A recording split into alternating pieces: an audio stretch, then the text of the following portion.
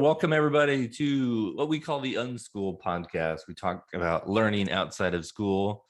I am Philip Mott, an unschooling dad in the Midwest, and sitting outdoors with me, but not with me, is Hamilton Carter. Hi, Hamilton. Hey, Philip. Yeah, and I'm an unschooling dad from San Francisco, but the kids and I are out and about right now. So we're near Baker, Nevada for the next couple of days, actually. So Yeah, that sounds great. What's going out there in Nevada? What are you guys up to? we are doing lots of hiking, some fishing. The fishing where the fish are good size, they're really good size. Um, and we found a really nice taco truck. Baker is tiny and it has like the restaurant's open on Friday and they close on Sunday, except for the taco truck, and it has been spectacular. So that's been really nice. And then That's we're doing cool. hiking and all that good stuff too.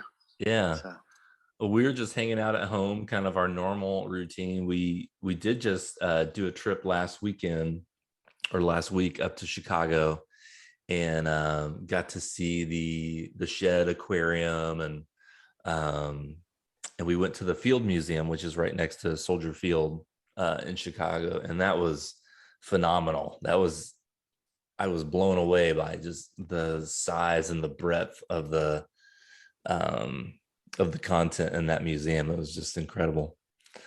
But what yeah, is pretty. what is what's the subject matter there It's for the Field Museum? they mostly had animal type stuff. We were drawn to it. We were Oh, actually going to go to the Children's Museum in Chicago, which is right on Navy Pier. But we drove on the way to the Shed Aquarium. We drove by the Field Museum, and they had these huge banners that were advertising their prehistoric ocean exhibit. So it was ooh. all kinds of our 4-year-old like shouted from the back, "It's a mosasaurus!" And Oh so wow. like on the banner, there's a big mosasaurus. And it's so cool that she like recognized it. She's mostly learned about dinosaurs from her older brother, and it's so cool to see for her to be the one to recognize it. um, and so like that comment from her was like, okay, that's what we're doing tomorrow instead of the Children's Museum. Cool. And it was just they had a great history of the earth exhibit that took you all the way from kind of um, the first signs of life in the earth that were on the earth that we're aware of, all the way up to present day, and using fossils um, that have kind of been dated along those lines. So that's really fascinating. And then I took a little branch off from that and visited the History of the Americas exhibit. But there were like 4 more exhibits that we didn't even walk through. Oh wow. So it was very cool. So yeah, that's what's going on with us. Cool. So we're going to try to keep today's conversation a little bit shorter, to give Hamilton a little bit more time with his kids out camping. And what we're talking about today is I don't really think I have a title for it, but we're talking about the big misconceptions, or what we were discovered were misconceptions about being parents, that we've kind of corrected over the years. And then we're going to try to include at the end of our conversation, what do we feel like we're still working on? We feel like we've identified it as a misconception, um, but we're still kind of working on it. So do you want to start us off, Hamilton, with kind of your first misconception that you had? Yeah, sure. So my first misconception was I had no idea how little or infants to about somewhere between 3 and 6 months old, how little they can do at all with their bodies. And so yeah, that was kind of a huge one because we are doing the thing, where they scream and then they eat and then they're cuddly and then you just, pee and poop. But it would just cycle, and nothing was happening in between. And I just had no idea. Yeah. Um, and so that was a huge surprise. And I remember having conversations with my partner where I was like, "Oh my God, they're not going to be able to do anything ever, clearly." And she's like, "You've lost your mind. Wait." And so so yeah, after the first kid, that actually got a lot better, and I learned. I always had the kids in wraps, but I yeah, after the first kid, I was like, okay, you just when they're doing absolutely nothing, they just go in the wrap and off, all the time, not some of the time, all the time, um, and and off we go. For us anyway, that's what worked for me. But yeah, that was it. I had no idea they do so little for the first many weeks. So It makes me think that it's both a blessing and a curse that we can't remember much of our childhood, because we also can't remember the way we were treated by others as well, but we also can't remember that we were so much like our kids when we were yeah. growing up.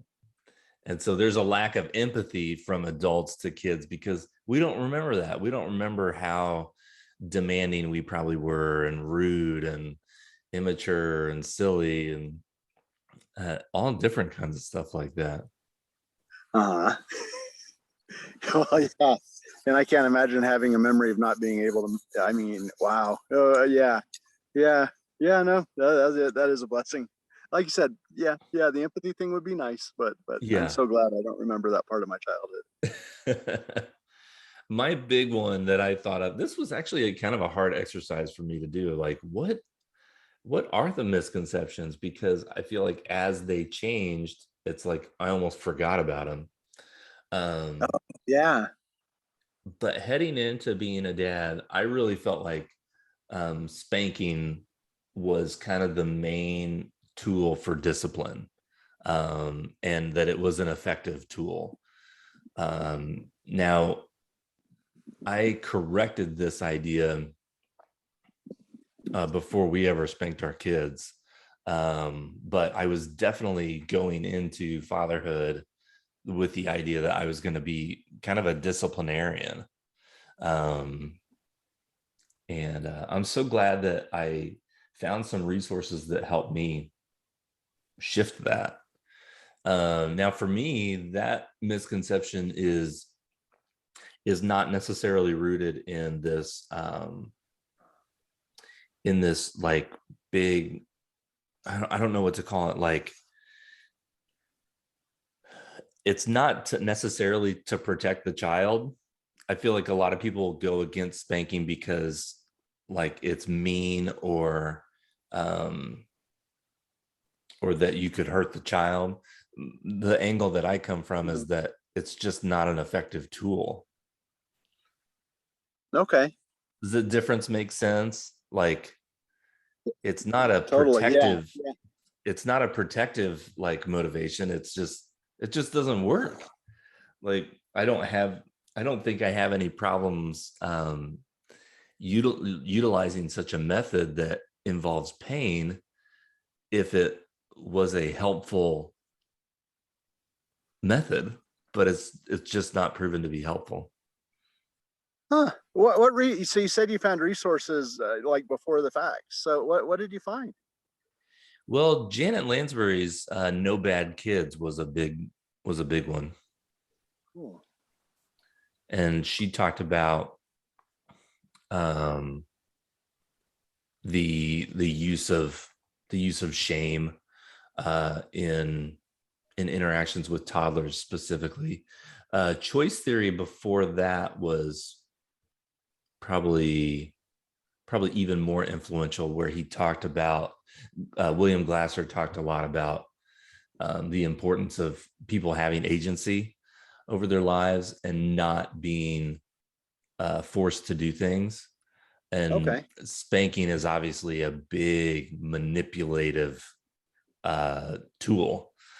Yeah. I mean, it's all about control. So those were two resources, especially that were helpful. I think also experience taught me that the as I spent more time with parents who talked highly of spanking, I started to recognize the patterns that that spanking sort of made its way into their into a lot of their other choices. And I didn't like the way that people who talked about spanking in a positive light talked about their kids. Okay. Okay. I started to recognize a connection like, oh, if you support spanking, then you're probably like rude to your kids in other damaging ways that are just as bad as your spanking. Yeah. Yeah. I actually have Nah. a no, go ahead. Oh, you go ahead. I was going to say I have a section in my book called Criticism is the New Spanking. Huh. Yeah, that fits. That, yeah, Yeah. yeah. No, I giggle because Out. I had a, I never got, well, I got paddled once by my parents, and never Mm-hmm. got spanked. And that's because I had, but I had a the reason I giggle is I had a grandfather who just, I think, belted him, you know, at the slightest excuse. Mm-hmm. And yeah, his relationship was crap with my dad and his sibs, and yeah, yeah, and I think he acted exactly like what you said is what made me giggle. Okay, so yeah, moving on. What's your second one? Oh, second misconception. Yeah. Whew. Let Or me do you think. have one? I had a list of three. Oh, okay, right on. You know what? Let me think about that while you tell us about your second one, if that's okay. Yeah. The this seems so silly now. But kids can't learn on their own was a huge Okay. misconception. I had no idea it was revelatory to watch our toddler like figure things out on his own. And I just it's like I probably would have never argued about it if someone would have entered into a debate with me and said, "Well, kids can learn on their own." I don't think I would have argued with them, but I definitely wouldn't have said it. I would not have said, "I think kids can learn a lot of things on their own." Okay. Okay. And now it Okay. just seems so obvious to me. It's weird.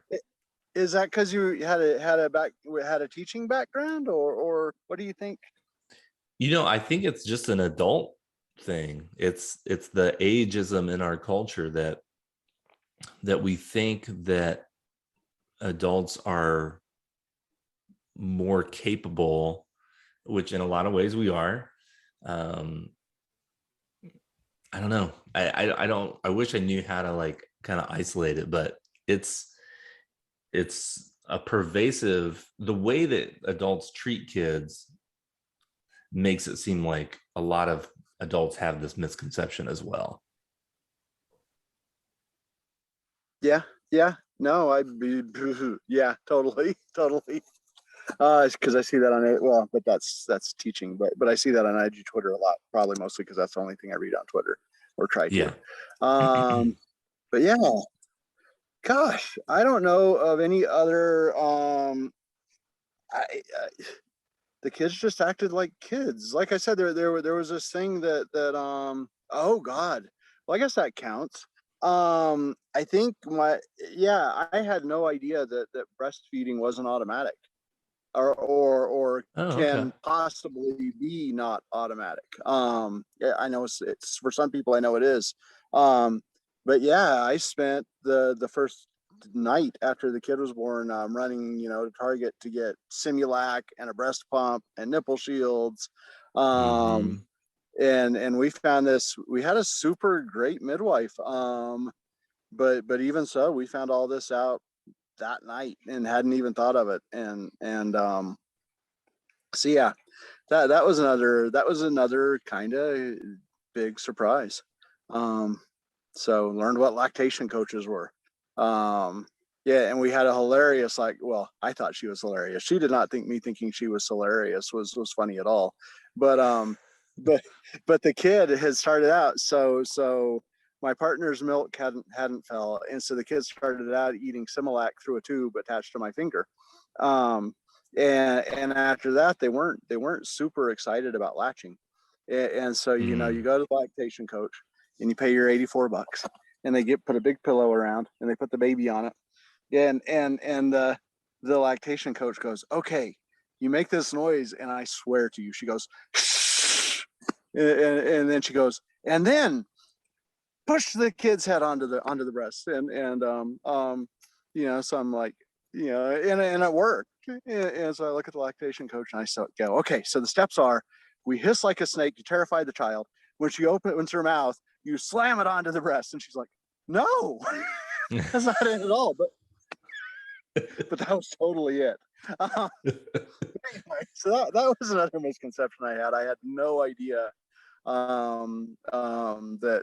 that yeah, breastfeeding can be a process. Yeah. Yeah, we discovered that too. And I don't know how much of that is our male culture. But I think it surprised Yeah. Kristen just as well. Like in her culture, it's kind of preached that you're just going to know what to do, and you're just going to, like, Okay. your body is just going to tell you how to take care of this child. And that was not her experience at all. And it was even less my experience. That I think I felt like I knew how to care for him, but then I kept, hitting roadblocks, every day um about how to, like, spend time with this baby. And less a misconception, but definitely a surprise. I was surprised at how impatient I could get in some of those late night Oh, feedings. How angry that I would get, you know. Um, it's just, uh, I feel like I almost feel like I want to tiptoe around it, and I don't want to talk about it because it makes me sound aggressive. But I think it's yeah. actually something that we probably need to talk about as parents more, is the things that we think that we imagine doing to our kids when we feel angry. And I think I believe it's a very normal experience, just for a lot of parents, that you just you start to imagine, like, very violent things, not necessarily doing violent things to your kids, but like punching things or knocking things, like feeling really mad that you can't seem to get this baby to settle. Right. Right. Did you Yeah. experience some of that? Oh yeah, that's a good third misconception for me. I had no idea. Yeah, yeah. Our rule of thumb, and that we started out thinking 5 kids, and we stopped at 3, because our rule of thumb became, for every kid you're going to lose 2 years of sleep. Period. The end. Yeah. For us anyway. I hear about people that sleep train and this, that, and the other, and wow, it sounds wow, that's a dream. Um, but no, I had no idea. We literally did not sleep. We took turns, and so my partner was breastfeeding, so I couldn't help with that after the first one. After we got that part figured out, but yeah, we took turns getting up with the kids, and yeah, every single one of them, 2 years of, and it's just like you're like, I'm not gonna sleep again, and how am I gonna have conscious thought processes during the day, and you Hmm. do. I mean, Yeah. they might not be as great as they were before, but you do. Um, and yeah, it is. It's just painful. Um, I would say.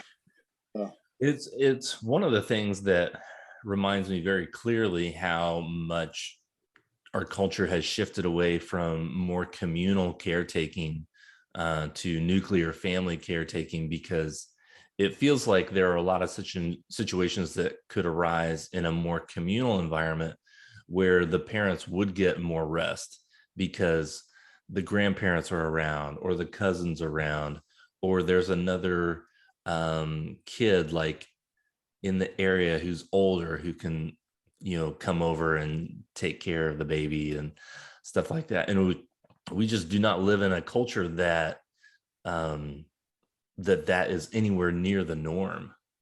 Yeah. So Yeah. And that comes, that's, yeah.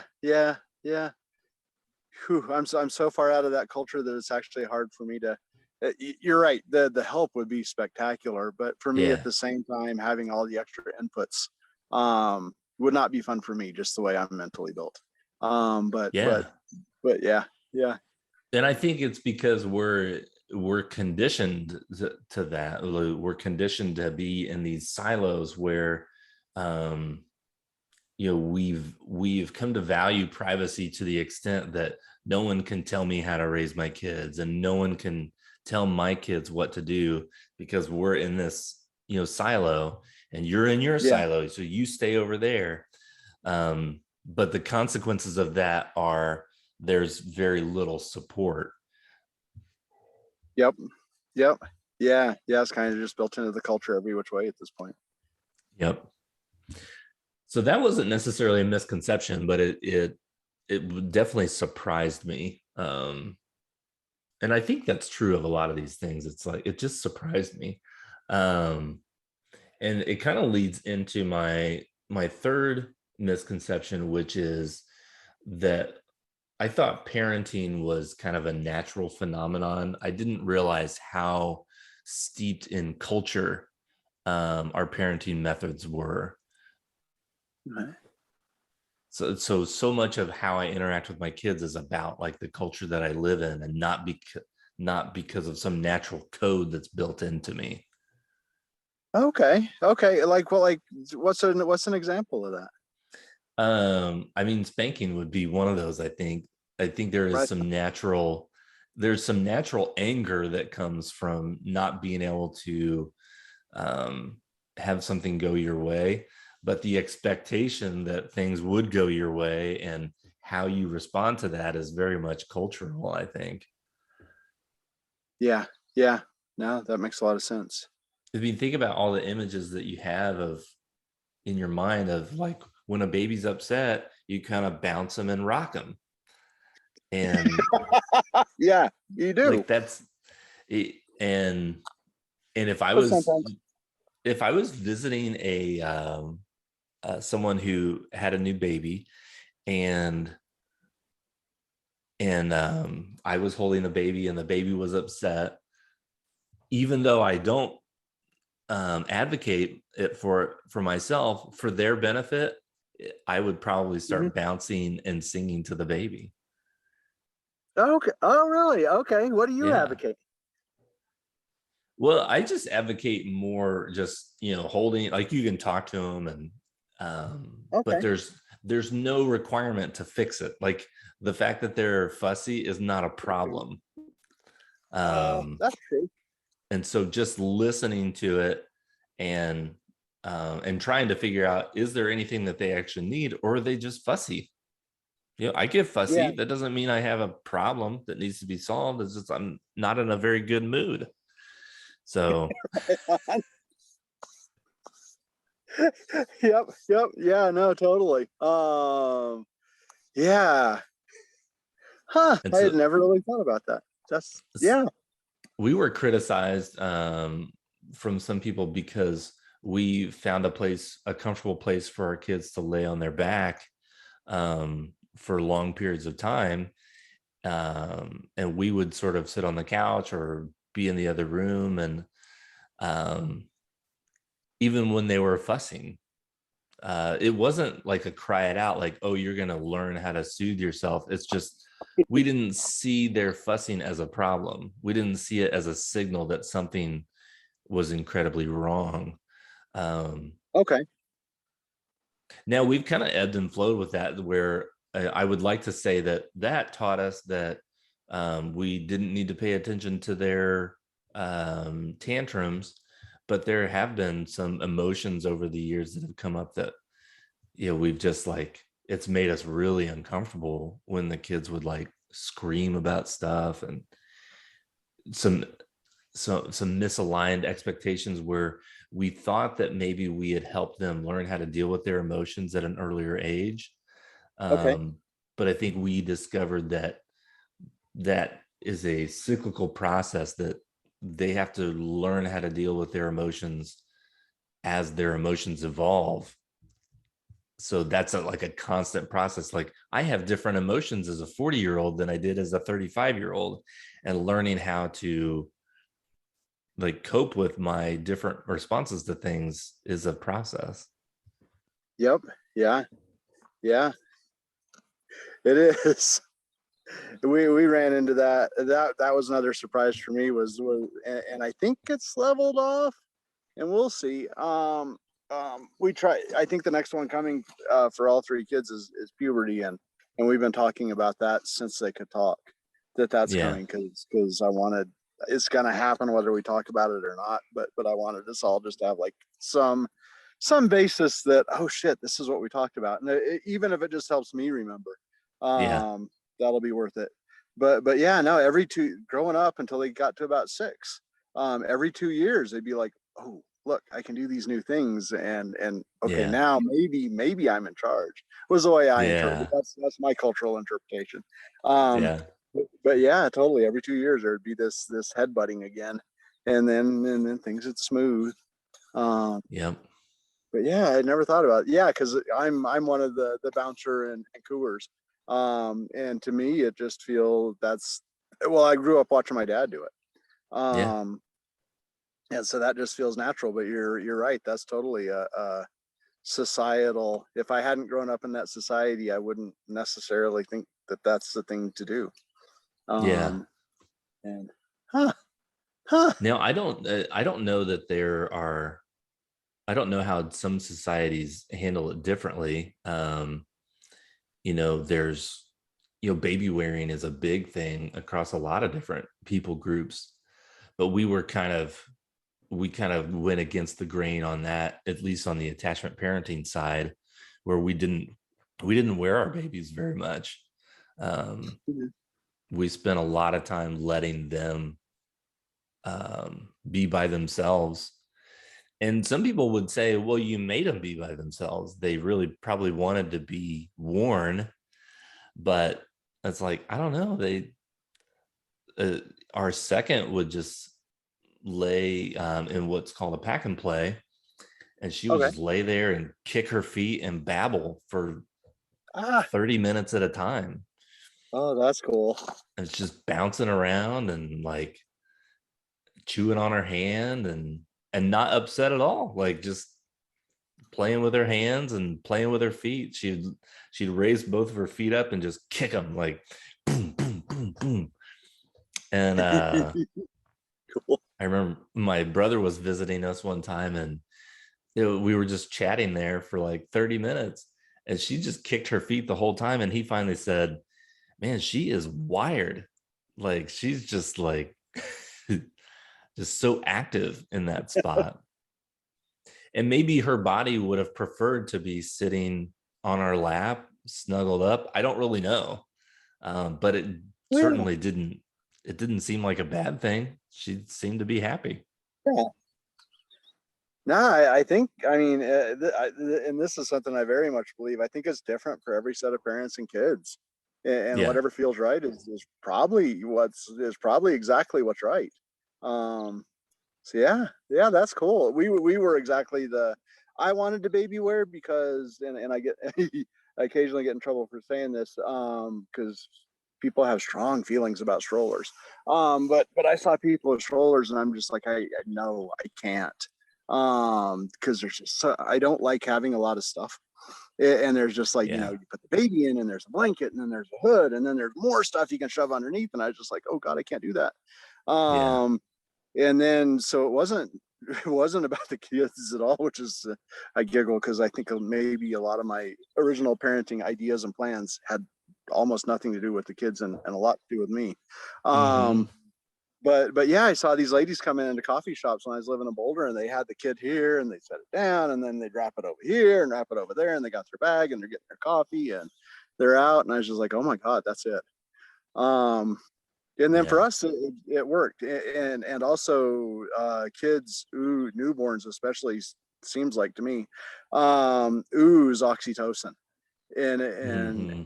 that was like the craziest high ever, because you'd be like, for me, I'd be like infinitely happy, and at the same time, I call it, because there's no saber-tooth tigers anymore, but yeah, at the same time my brain would be like, okay, if I see a saber-tooth tiger, I'm going to gut it. And Yeah. it was weird combination of feelings. And the kids liked it, and the kids, for us, it was that the kids enjoyed being in the middle of everything, which again was more work sometimes too, because then you have to disentangle them from everything.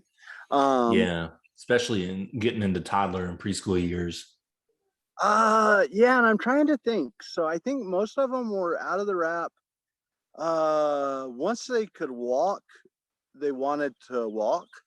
Yeah. um and so they were out of the rap more. At that point, the rap became, okay, you got tired, and or we need to move. Actually, it was I was lucky, I was a grad student, so I had time. um Hmm. and so yeah, it was when they got tired from walking, they would go back in. And so I think most of them were out by their second birthday. They were pretty much out of the rap. um yeah, and we went from there. So yeah, and again, that worked for us, and other people. I know people who I've fully offended with everything I just said, because how dare I say strollers aren't okay, and they are. Yeah. Just Right. and what you guys did sounds spectacular. Because it worked for you. God, that sounds nice. um Yeah. It was nice not like being able to wash the dishes or make dinner and not feel like I had to have them right there. yeah, yeah, That was really yeah. awesome. I always felt like we did try like some slings and stuff, and I felt like I had to hold them. It didn't feel like and I think it's probably something you get used to, but it didn't Okay. feel like I had my hands free. Oh, okay, okay. I felt like I was uh constantly like checking to make sure that they weren't going to fall out. that's how we wound up with that. Besides the fact that we were poor grad students, that's how we wound up without screens. Was because I just and again, it's a societal thing, right? I would think that if the kid was watching YouTube, even if it was Sesame Street, who knows what it would be next. Hmm. um and so I needed to sit there and watch it with them. and, Hmm. and so it's like, okay, this is accomplishing nothing. Yeah. um Except some of the Sesame Street bits are actually pretty good. But yeah, so that's how we wound up screenless. In large part was just like, wow, I feel like I need to be here anyway, so bummer, and maybe not. So yeah. There's another episode in there where we need to delve deep into and talk more openly about screens, I think, um, because it's definitely a hot topic. Not that we're experts on it at all. We don't even feel 100% comfortable in our own ideas about it, but I think it's something that needs to be talked about more and more. So there's definitely an episode I think in the works there. Totally. I think it'd be good if not kind of like this same idea to me. Everybody's ideas are probably okay. Cool. Sorry. Um, so do you have any other misconceptions that you want to talk about before we talk about kind of the things we feel like are front of mind right now? No, I think those were I think that was really cool. The thing that I feel like I'm really focusing on right now is that the relationship building process is different than what I consider to be parenting. Like in a lot of ways, parenting is completely opposite from relationship building. And so trying to recognize when I'm trying to parent, and pulling myself back from parenting and saying, no, I'm not, I don't, I don't want parenting for my family. I want relationship building. And recognizing that culturally, those two things are very different. Oh, there's a puppy. Yeah, this is Cooper. Sorry. Hey, Coop. That's okay. Cooper can join us. Yeah, Cooper's 1 year old, so he's a little more curious about everything Absolutely. back there. Sorry. No, that's fine. People love animals. So that's the big thing that I feel like I'm really trying to focus on is stepping back from the habit to kind of control and parent and sort of shape and mold the kids, and focus on, like how we relate to each other. Okay, cool. So interesting. Um, huh. Okay, yeah, I wondered what you were going to say about that because I wondered what the distinction was between parenting versus relationship building. Yeah. Cool. Which some people would probably say that those are the same thing, but the way that I see the culture using the term parenting is, it's an action, it's a verb that describes something you do to a child. Um, so, and we don't have a word for like friending or spousing. And so that makes me believe that, we're using the term in a way that's not similar to the way that we talk about our other relationships. Um, the only thing that we might use that's similar to that is like bossing, where someone who's leading a company, it's an action that they're doing to their employees, like I'm leading you. Yeah. And that's much more of a controlling negative connotation, um, than friending someone or spousing someone. Yeah. Which it seems like the common factor there is power Yeah. or perceived power. Yeah. Huh. Cool. Anything that you would try to describe, that you feel like you're working on? I am still after 11 years, 11 years, 11 years. I am still working on patience a lot. Yeah. Um, um, and kind of where I've arrived is I'm not sure. I mean, I work on this too, but I'm not sure how effective it is or if it really actually works. I'm trying to become like things that I don't like. I'm trying to become more patient with just saying, okay, that's happening. It's a thing that can happen. I've got to let it happen. Um, so like kids starting to chant or cooing all the time or making distracting noises or this, that, so there's that part of it, and I'm not sure how effective that is. And then the other thing that I've been working on lately is trying to think about, what got me in this situation. Why are we here? Why is the kid doing that? Mm. And okay, can I affect? So that's the thing that's not working out for me. There's too much noise to think right now.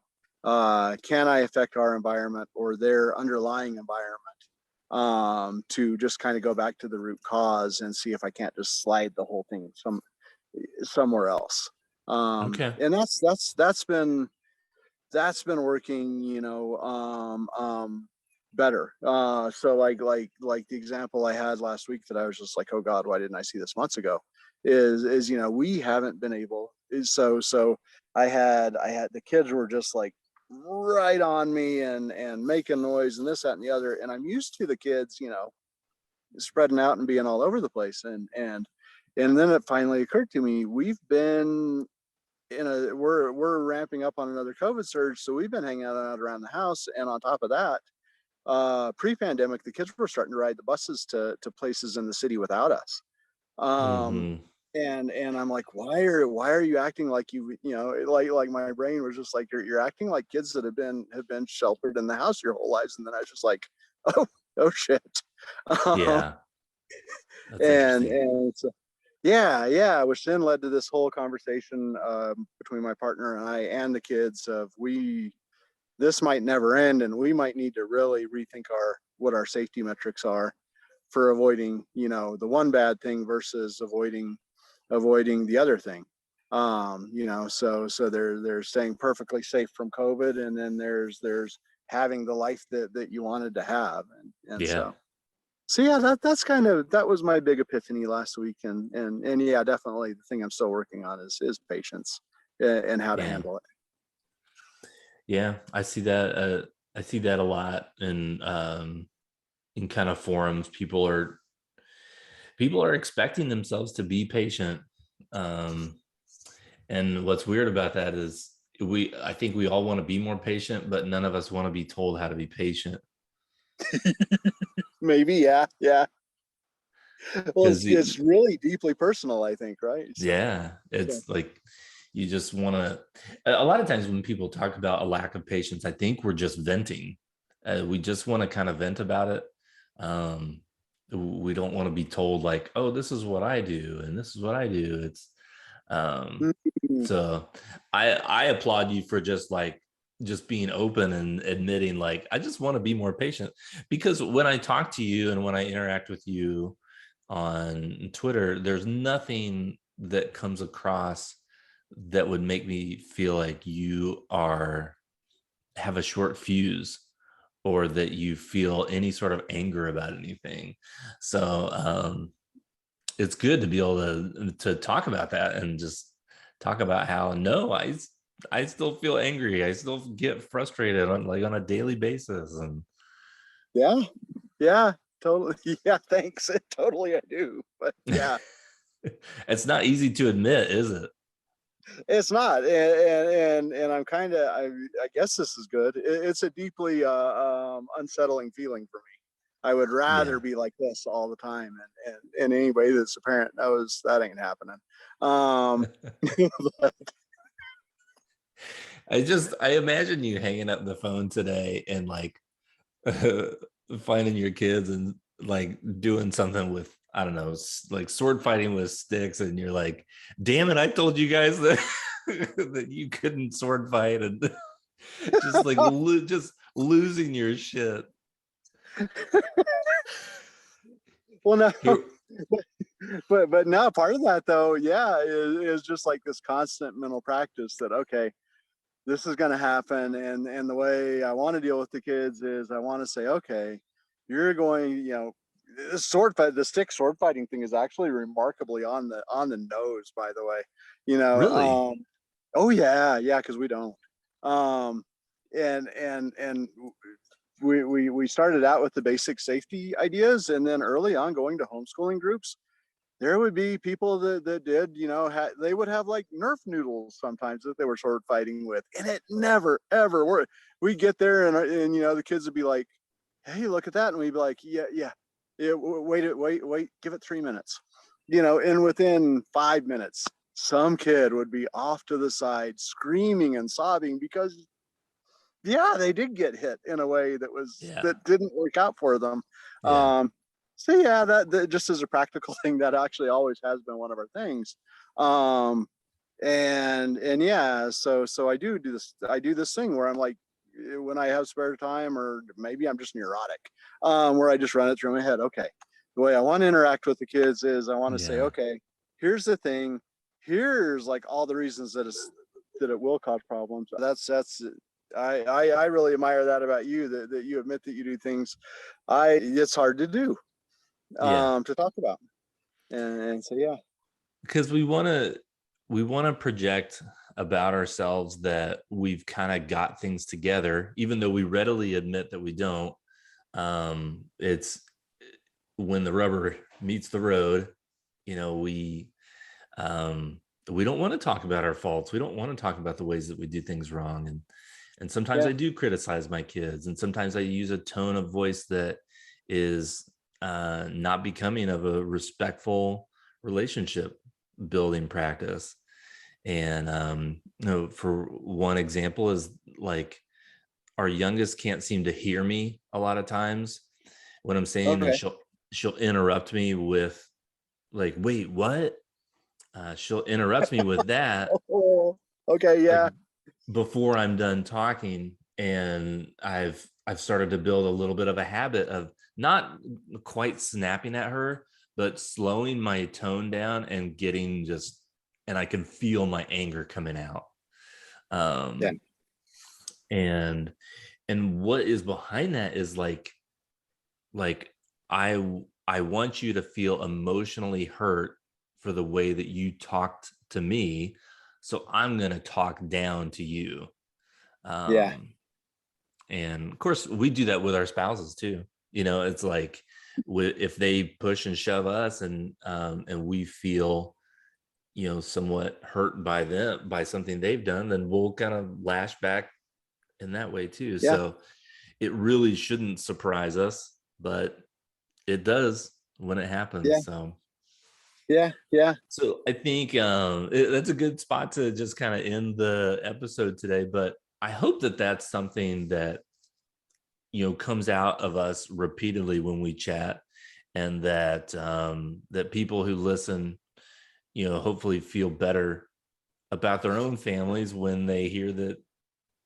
Maybe it's good to hear some of our struggles, and Oh yeah, um, we certainly are not those parents that feel like, well, if you just do this, then everything's going to turn out fine. Because I think what this show is about is that learning and living with kids is a lot more complex than it seems. oh yeah, it is, and it's different for everybody. So I wouldn't even presume to know what Yeah, would. But yeah, and it is always nice to hear. No matter how much I don't like to talk about it, it's nice to hear other people say, uh, "Yeah, no, this didn't work," or "I did lose my patience," or this yeah, Saturday. Because otherwise, you wind up driving. I think I've talked about this before, but there's a respectful parenting blog where the comment stream is routinely, there's no way on earth any of this can work. And you, if you read enough of it, because I really enjoyed the style of the writer. If you read enough of it, because they're like, well, she's like, the writer was like, well, I don't ever punish the kids. There's not this, that, or, I don't ever restrain them. They make their own choices. And you read comment after comment after comment, and you finally hit the one where the writer was like, and so then I told them, you can't hit your sister. And it's like, wait. You did what? yeah, And it's like, and then I stopped them from hitting, I made them unable to hit their sister. And it's like, you just picked up the kid and held him still, yeah, which would be the whole rest of the blog. And it's like, and anyway, that's kind of my best illustration I have of people yeah. getting, yeah. Yeah, it's dangerous to talk about this stuff and be like, oh wow, everything's wonderful all the time. Right. It's just so not. It is really good, but yeah, it's not perfect.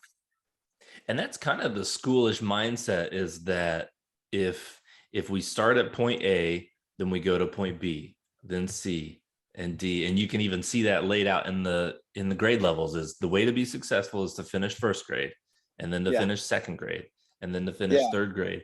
And so what we're trying to do, I think, in our writing and our process, is try to explain that uh, in the real world, what happens is sometimes we finish the things that we would have learned in 12th grade first. And yep, then we learn things that we should have learned in kindergarten when we're much older, and that we bounce around. And that it's not that the order is necessarily wrong for high school. It's just, or for school, it's just that everyone learns those things in different orders, and to try to force it into a logical or sequential structure is just not going to work. um to use something I think that's more from your world, it's like kids aren't a circuit board. You can't just plot out the way that the electricity is going to go and yeah, then reprint that same diagram for every kid. You got to recognize that it's a relationship in itself, and it's a complex adaptive system that when you put an input into it, it's going to change the output in unpredictable ways. yeah. Even kids in this different kids in the same family. Yeah, yeah. Awesome. Cool. Well, thanks for chatting, Hamilton. Yeah, I thank hope you. you and the family have a good rest of your camping trip, and you get to meet up with their mom soon, and you Yep. guys start off your summer. Yeah, yeah. Thank you. Thanks. All right, we'll talk again soon. Thanks, Okay. everybody. Thanks, guys.